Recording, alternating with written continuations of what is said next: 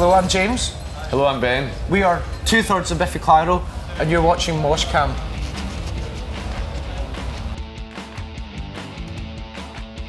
Favourite song to play live? I really enjoy playing Spanish radio at the moment. It's just a song that on paper really shouldn't work. It's got mariachi in it, and it's in a really strange type signature, and so it's kind of mathy, so we call it mathiachi. And yeah, it's bonkers. I don't really know exactly what style of music it is, but it always raises an eyebrow, so I think that's important.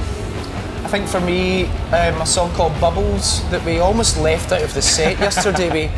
It wasn't on the set list, and halfway through Simon was like, we need to play this song, and it just always one that seems to get the crowd going if we're having a good show, and it's got a nice groove. It's a really fun song to play, and luckily we enjoy playing all the songs though. I think some bands get fed up of playing older songs, but we enjoy playing them all, so I think we're quite lucky in that regard. We just did a small run in the west coast of America, and we played a tiny room, like, I don't know, 400 people maybe? Maybe 300. Maybe 300 people in Portland, Doug Fir. And it was amazing, you know, it was just one of those incredible gigs where everything clicks and you get a real connection with the audience, and they were really up for it, singing every single word, and it's amazing how little shows like that can you know, really warm your heart and remind you why you do this. It doesn't have to be in front of thousands of people, it can be as little as 300 people, and it was amazing. So.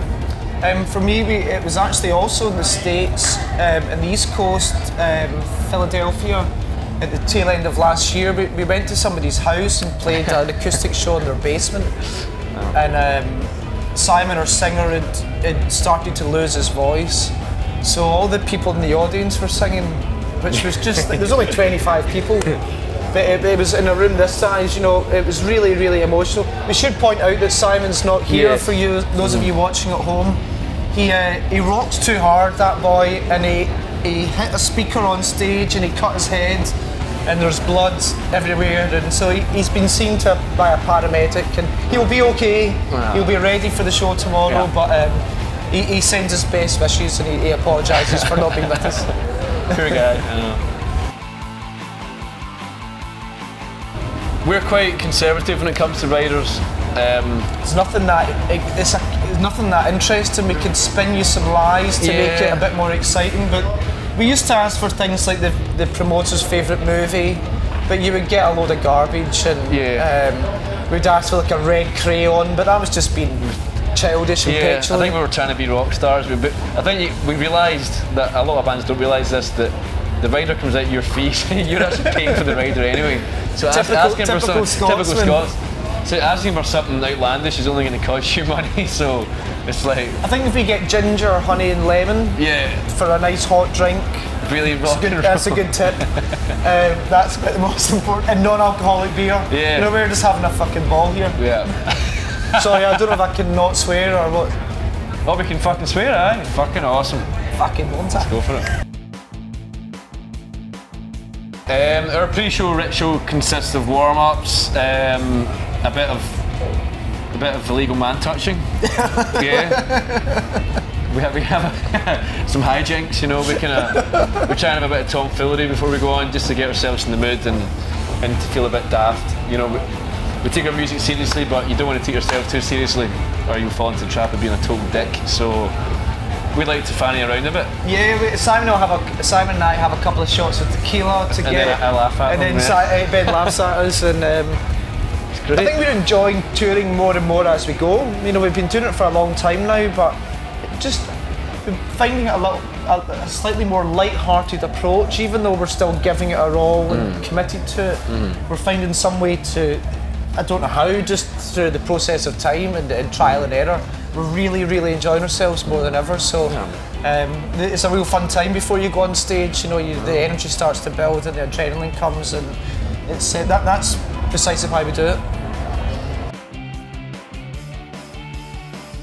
You know, you get the usual things. I love you, Simon. Yeah. Well, I want your babies. I want your babies. A favourite thing that people Mon the Biff is always nice. That's like our call to arms, and it was a little thing that started in Scotland years ago before we were even signed, and someone shouted Mon the Biff, and now it's just worldwide, and it just came from this one guy shouting it. So whenever we hear that, we feel like we're at home. So it's nice to hear that. As long as they're shouting, you know, anything.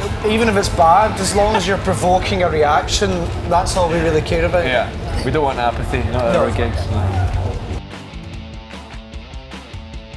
Yes, there's a rumour that someone filled in for me at a gig. Yeah. And like loads of people believe it, and I think the person who is meant to have done it really believes it as well. I think that it's been perpetuated for so long. And it cracks me up because we've never played a gig where there hasn't been a member present. And I think that's a wonderful rumour. And there's a few of them, I think there's the same, I think James got replaced for a gig as well once. Yeah, there was a gig I didn't do, I don't remember it, so. You have to get your legs really wide. Ah! You've just screwed him up for the next show. Game over. Do you know, when you move on stage, you want it to kind of be natural and... Just like that, there. So you don't really think about it too much, but my hips seem to take a battering. I don't know, my hips are in a bad way. He's no Elvis, this guy. I'm no Elvis. Nah. I'm either shaking too much or too little, I don't know, but no, we're not really, we try not to do big poses. I hate drummers that pose. I hate oh yeah, he's like... I fucking hate posing. I hate stick twiddling and looking at the camera. Standing up. Standing up. Sit in your seat, you're a drummer. Jesus Christ. No, yeah, I won't name it. Nah, it's fine, that's it. Yeah, end the question. We've been lucky enough to meet some amazing encounters with people. People getting tattoos will never stop being special. I mean, that is a commitment for life, or as long as your arm lasts. We had a young girl, I've forgotten her name, who came to that show in Portland that Ben was talking about, that had done pencil drawings of the band, and she'd spent like 30 hours a piece. Apparently she spent 25 hours drawing my hair, which is it's amazing. It's crazy, but they were really beautiful drawings and many things like that. If anyone makes any kind of effort, that's a special thing, you know. James and I like to go out and play golf, actually. May sound surprising, but there's actually quite a lot of rock bands that like to play golf. And I think it's because it's like the polar opposite of being on stage. You know, it's very serene and you're just out there and there's just grass and water and sand and trees and wildlife. And it sounds really boring, but we really enjoy it. We had a good game in Brisbane. Yeah. I won the first round. Of course, we had to go for a rematch. I let Ben win that one. Okay. But yeah, like Ben said, it's a nice way to relax and chill out. And after sort of 10 years on the road, you don't want to spend every single night in a club, live music. It's nice just to be outside for a few hours. Do never, ever follow anybody's advice, no matter how good it may sound. And all joking aside, that is how we started as a band. People give you advice, but listen to yourself. Have conviction in what you believe, and just do it from the heart. If you enjoy doing it, then keep doing it. It doesn't matter what other people say. People will tell you you're shit. People will tell you you're great. Listen to none of it. For more of this, subscribe here. Here.